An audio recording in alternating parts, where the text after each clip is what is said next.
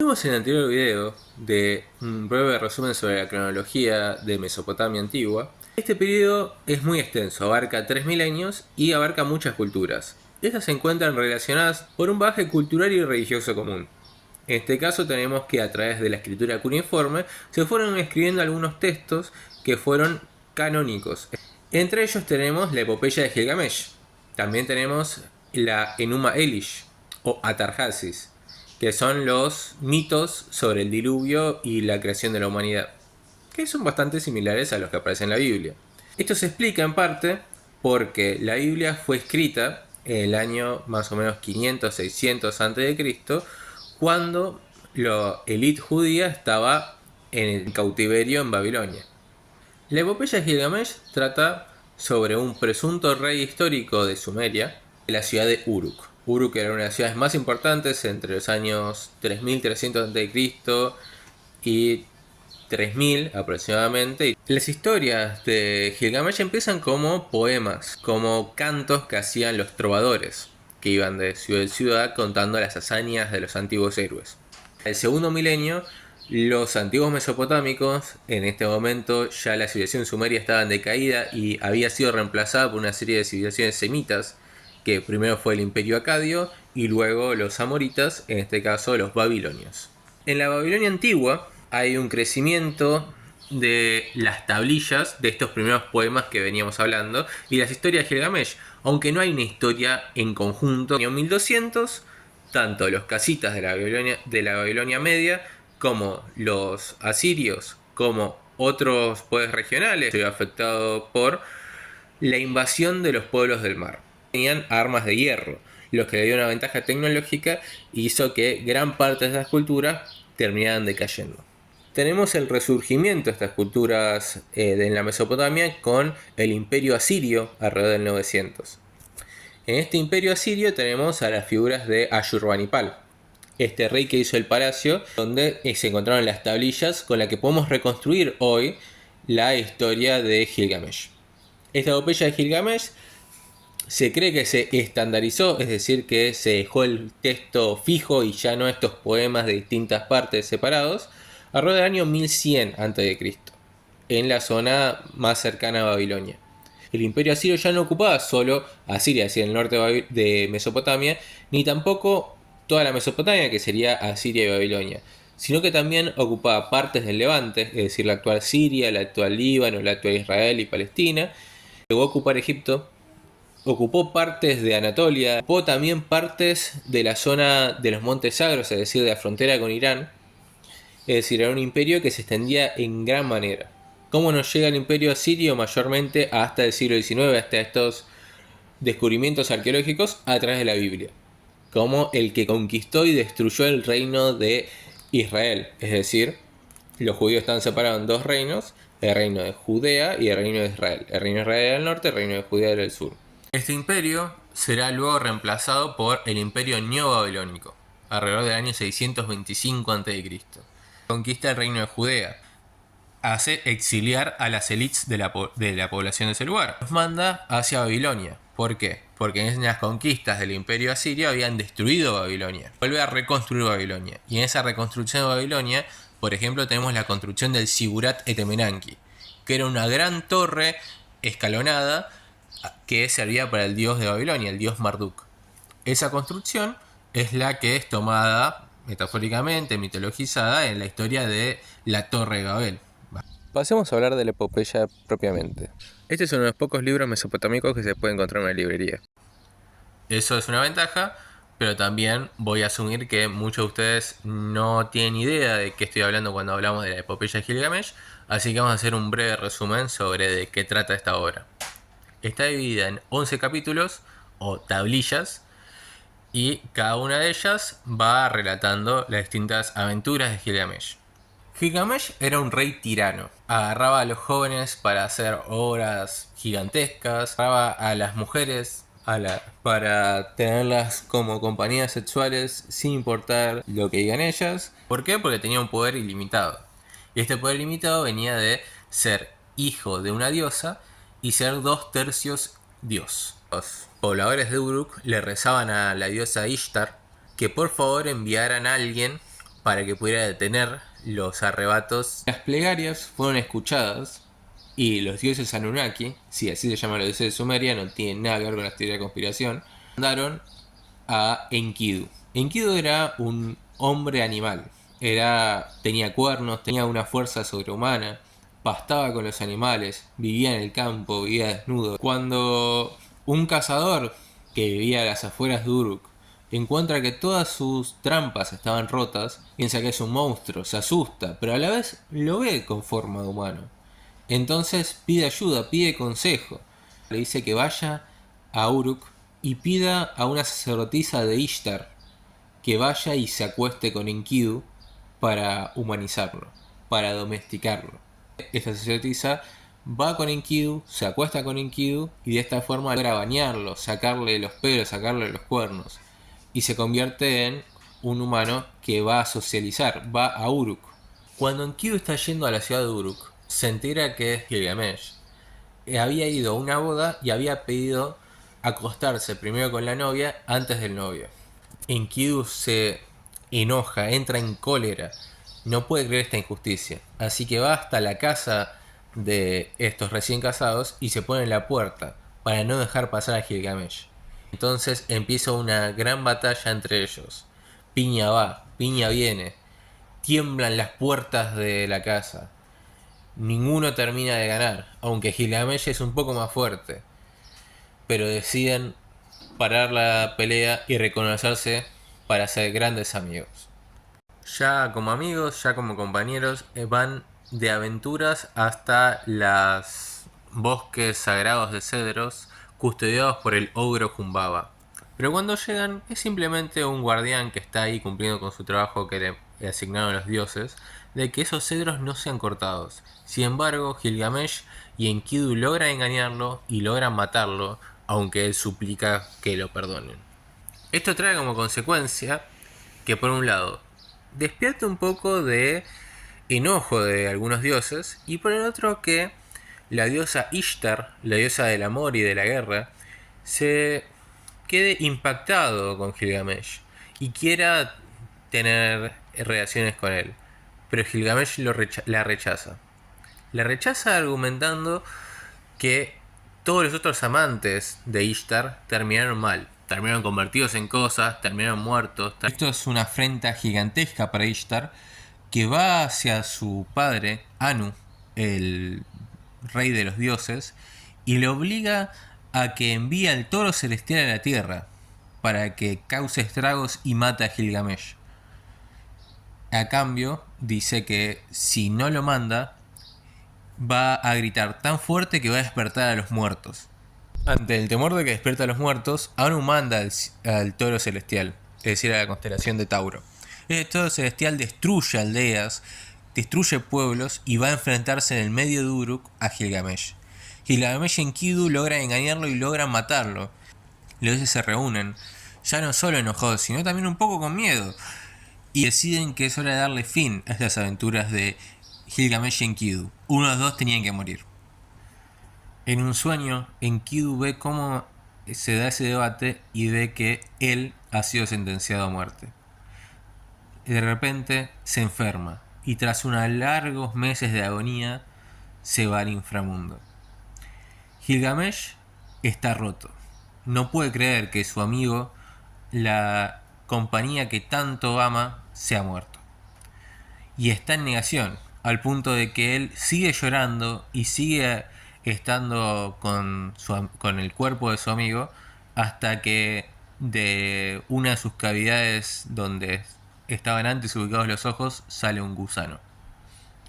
Así que decide enterrarlo y hacerle un gran funeral con oro, lapislázuli y todo tipo de piedras preciosas.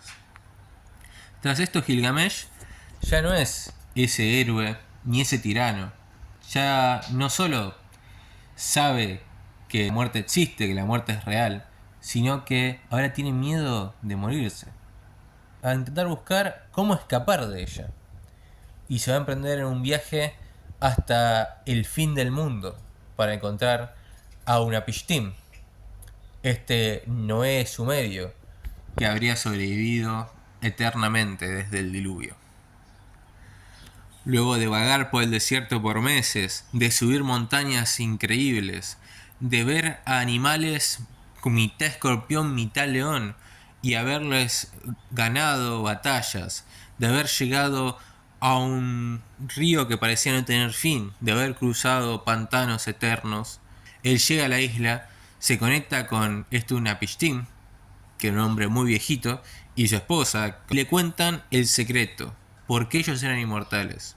Resulta que en la época del diluvio, el dios Enki le había comunicado a Unapishtim que haga una barca y que se salve, como a Noé, porque Anu, Enlil y el resto de dioses habían decidido borrar a la humanidad porque hacía mucho ruido y no lo dejaba dormir. Pero ¿qué pasa? Los dioses comían gracias a los sacrificios que hacían los humanos en los templos.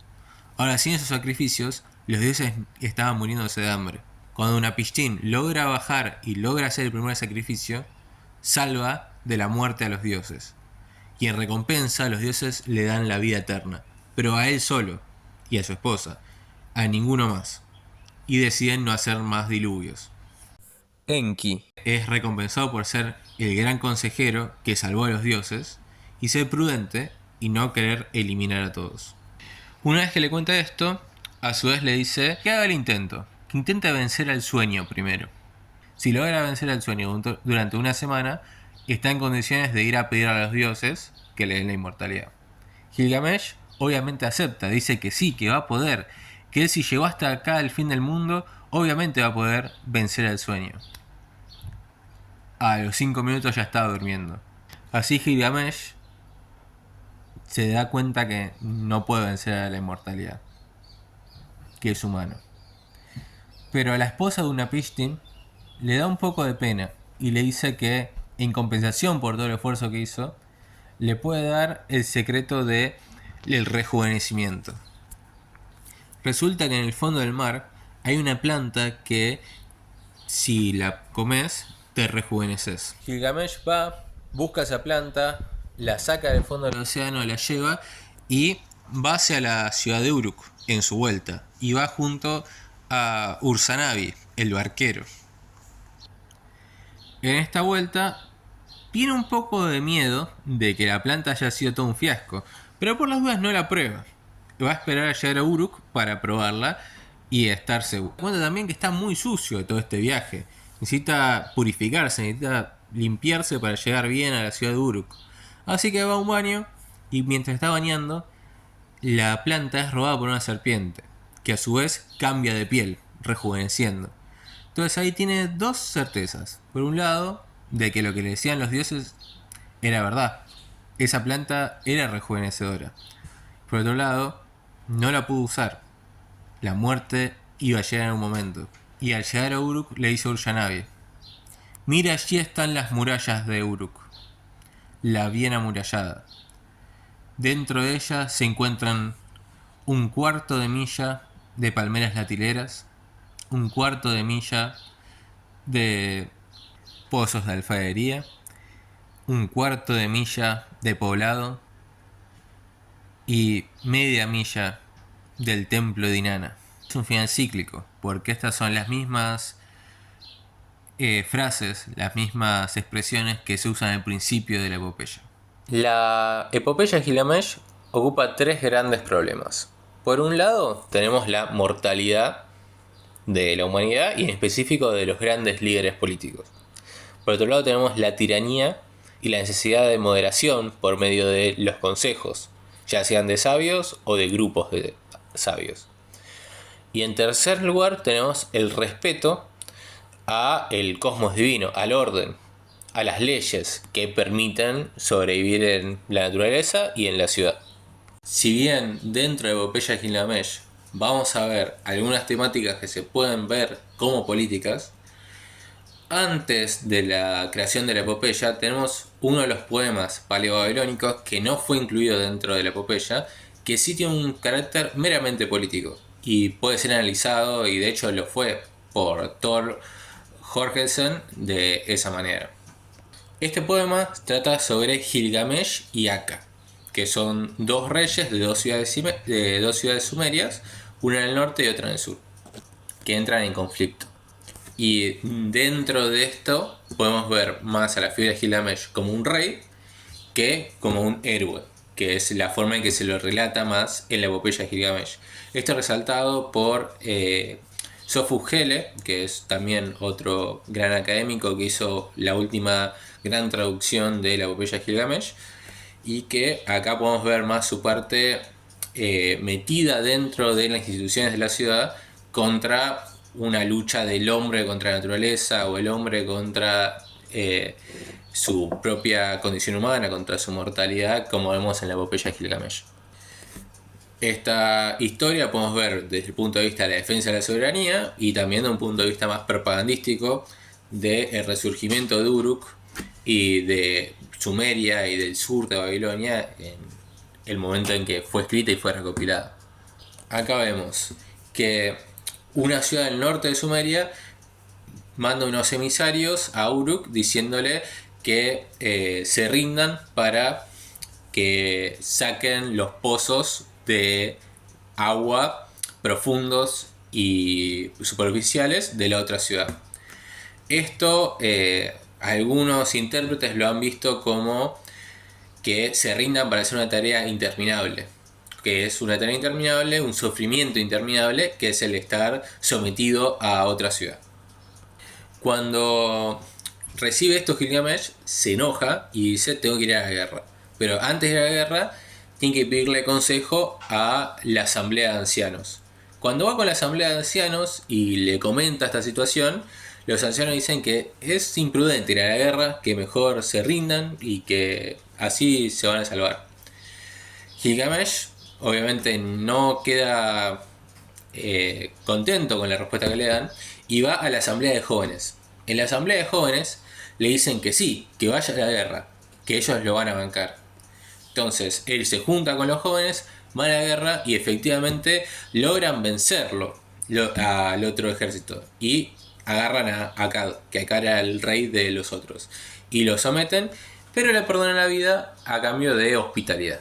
Algo que queda bien claro en la epopeya de Gilgamesh es que un poder sin control trae caos, y ante este caos siempre se busca un consejo, que puede ser, como en este caso, el consejo de ancianos y el consejo de jóvenes, o puede ser en otros momentos Enkidu, o es mismo una Pishtin, cuando le dice a Gilgamesh que debe dejar de ser como un tonto buscando lo que no existe, es decir, la cura a la mortalidad, sino que tiene que aceptar las cosas de la vida como son y ser feliz. Este poder sin control, este tirano, que es el Gilgamesh al principio de la epopeya, tiene similitudes con el hombre incontinente de Aristóteles. Es decir, el hombre que, aunque sabe que hay algo malo y que eso malo en exceso le hace mal, lo toma. Por ejemplo, el borracho. El borracho sabe que tomar alcohol en exceso le hace mal, pero igual lo toma porque no se puede contener. No puede contener sus propias pasiones. Pero no solo queda en el ámbito individual de esa persona, sino pasa al ámbito estatal, que en este podemos ver al hombre tiránico de Platón en la República, diciendo que el más infeliz de los hombres es el tirano, porque no pudiendo controlar sus propias pasiones, se sobrepasa, y ese sobrepasarse, ese hombre incontinente, afecta a toda la comunidad, porque sus deseos son un avance sobre los demás, y ese avance sobre los demás hace que los demás se alejen y que nadie le tenga en cuenta sino por miedo, y ese miedo hace que el hombre tiránico, pudiéndolo todo, en realidad está solo y sin poder hacer nada. Volviendo a la epopeya de Gilgamesh, tenemos una primera avistaje, un primer acercamiento a lo que es la condición humana, no solo por lo obvio que es la muerte, la relación con la divinidad y la relación con la naturaleza, ¿no? La relación con la naturaleza viendo Gilgamesh contra Enkidu, la relación a la divinidad viendo Gilgamesh y los distintos idas y vueltas con los dioses, y la relación mortalidad queda bien clara en la segunda parte de toda la obra, entre primero Enkidu y la muerte, y segundo Gilgamesh y su búsqueda de la inmortalidad y su aceptación de su propia humanidad. Pero yendo más hacia la frase con la que inicia y termina la obra, que es esta donde se ve la muralla y se ven las distintas partes de la ciudad, Andrew George que es un asiriólogo reconocido que hizo una gran traducción de la epopeya de Gilgamesh al inglés en Penguin Classic en 2003, dice que estas 4 espacios de la ciudad, el templo, los dátiles, los alfareros y los poblados, las casas, serían las 4 aspectos vitales de los humanos y yendo hacia el lugar más grande de la propia ciudad, como un cuerpo de humanos, ¿no? Por así decirlo. En este caso vemos que las palmeras serían la forma de reproducción, la forma de alimento, la forma más baja de la condición humana. Luego tenemos la forma del trabajo, de la artesanía, de la producción, que tenemos eso en la alfarería. Luego tenemos la forma de la vida más mundana, de la familia, de el vivir, del habitar, que sería las casas, el poblado. Y luego tenemos la parte espiritual, y a su vez lo tenemos todo en proporción, en la cantidad que debería ocupar cada una dentro del alma humana, y dentro eso reflejado en la ciudad. Esta hipótesis es interesante, da para pensar y da para hacer esa comparación con la República. Otro pasaje importante que resalta Andrew George es el pasaje de la efímera. La efímera es un insecto que vive durante un día y que es parecido a una libélula. En este pasaje está una Pishtim explicándole cosas a Gilgamesh y le dice: mira, nosotros somos como una efímera que está viendo cómo asciende el sol en el medio del río de la vida y ve cómo las casas se construyen,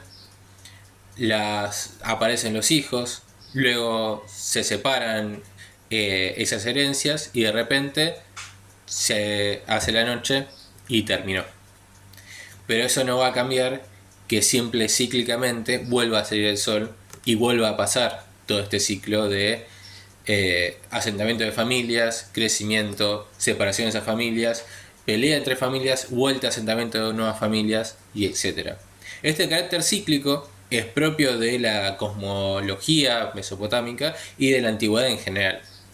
Y también nos da, por un lado, esta visión que nos trae Andrew George, y una visión que también nos trae Sophus Helle, que es sobre la inmortalidad de la narración. Es decir, estos saberes, esta epopeya, logra sobrevivir a la persona de Gilgamesh al convertirse en un ciclo de narración que cuenta cómo funciona el mundo. Cuenta cómo, aunque uno pueda luchar contra la mortalidad, uno no va a pasar a la inmortalidad, uno es humano. Ahora, lo que sí pasa en la inmortalidad, lo que sí se va a transmitir en ese ciclo eterno de hijos, padres, abuelos, hijos, a su vez va a ser la narración, va a ser ese poder. Otro aspecto que es interesante rescatar de la epopeya de Gilgamesh es verlo desde la perspectiva de la búsqueda de reconocimiento.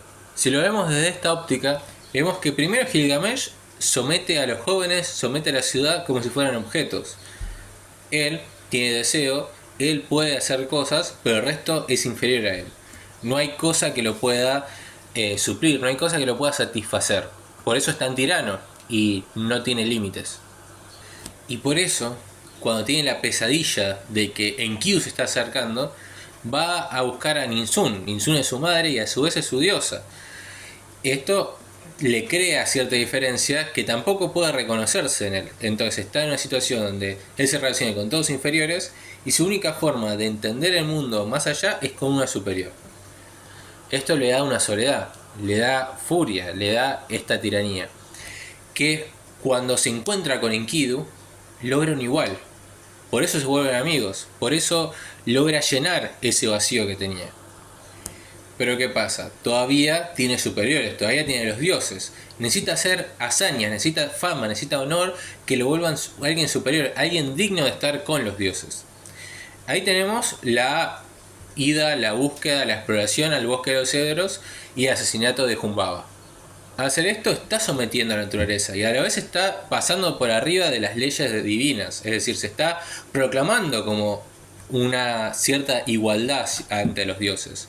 Y esto va a pasar de igualdad a superioridad cuando rechace a Ishtar.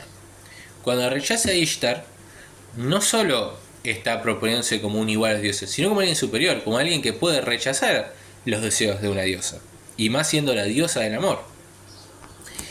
Esto ya es una falta de respeto, ya es una amenaza ante los dioses, y por eso los dioses deciden bajarle el carro, deciden matar a Enkidu, sacarle esa capacidad de sentirse un igual, de sentirse completo, de no sentirse vacío, para que baje a ser un humano nuevamente y baje de ese nivel de dioses. En ese momento Gilgamesh no solo está mal por la pérdida de Enkidu, sino que siente el reconocerse mortal. Tiene miedo a la muerte, cosa que no le pasaba antes, porque antes se creía un dios. Al tenerle miedo a la muerte, necesita buscar a alguien que esté un poco que sea un humano, pero esté un poco por encima de los humanos, aunque no sea un dios. En este caso es una Pishtim. Una Pishtim comparte con él que es un ser semidivino.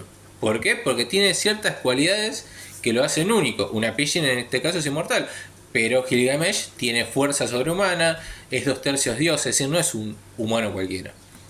Así que va, lo busca.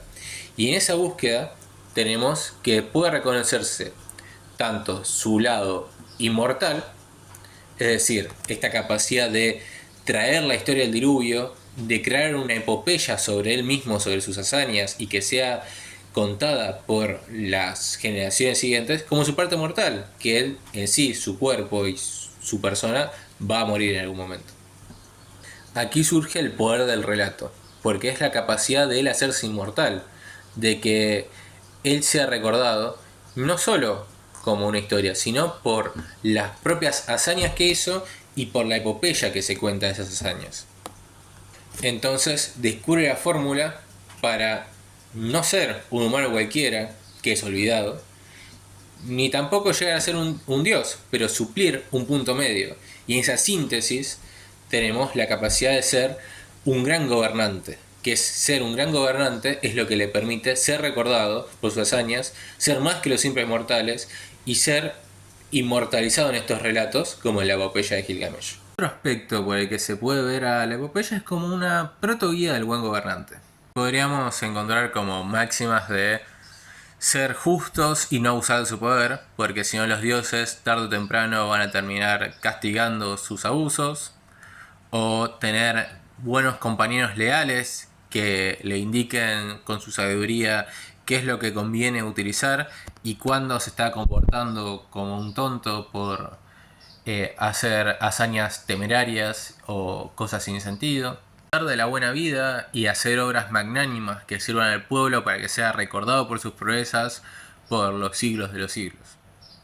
Otros puntos que pueden ser interesantes para seguir evaluando esta obra desde la teoría política son la moderación y la ibris de los líderes, el respeto ético al cosmos y la naturaleza, la tiranía y la legitimidad, el liderazgo transformacional, es decir, cómo pasa desde un tirano egoísta hasta un constructor colectivo, en este caso de las murallas y de los templos, entre muchos otros. Conclusión. Tenemos que la epopeya de Gilgamesh abarca distintas áreas de la teoría política. En primer lugar tenemos la condición humana. En esta condición humana se ve tanto la mortalidad como la relación con la naturaleza y lo divino, a la vez y a la par de cómo la humanidad logra suplir esta muerte por el poder de las narrativas. Se logra una inmortalidad de las hazañas y proezas que uno hizo materialmente, haciéndolas un relato que sea digno de recordar de forma espiritual. Esto necesita del legado de la polis, es decir, que la ciudad sienta que debe ser recordado este gran hombre por sus grandes hazañas, a la vez de que este gran hombre, este gran líder, este gobernante, piense en las futuras generaciones. Esto puede utilizarse, por ejemplo, para pensar el cambio climático. Otro aspecto de esto, y que está bastante relacionado, es la moderación de los líderes y su responsabilidad. Es decir, respetar al pueblo y ser responsable por su felicidad es parte de la moderación que deben cumplir los líderes para ser recordados y para hacer que este legado sea inmortal. Para poder hacerlo correctamente, deben confiar en tener buenos consejeros y tener un carácter más colectivo de gobierno, no solo impulsándose por la tiranía de su propio egoísmo. Si bien no es que es un tratado que diga explícitamente hay que hacer esto, son todas conclusiones que se derivan de la historia de Gilgamesh y que explican en cierta medida por qué esta historia fue contada y recontada a líderes y al pueblo llano de la Mesopotamia durante siglos. Bueno, espero que les haya gustado la clase. La próxima clase va a ser sobre Egipto. Y en el medio seguramente haya un video explicando de la utilidad de Gilgamesh para la actualidad. Nos vemos.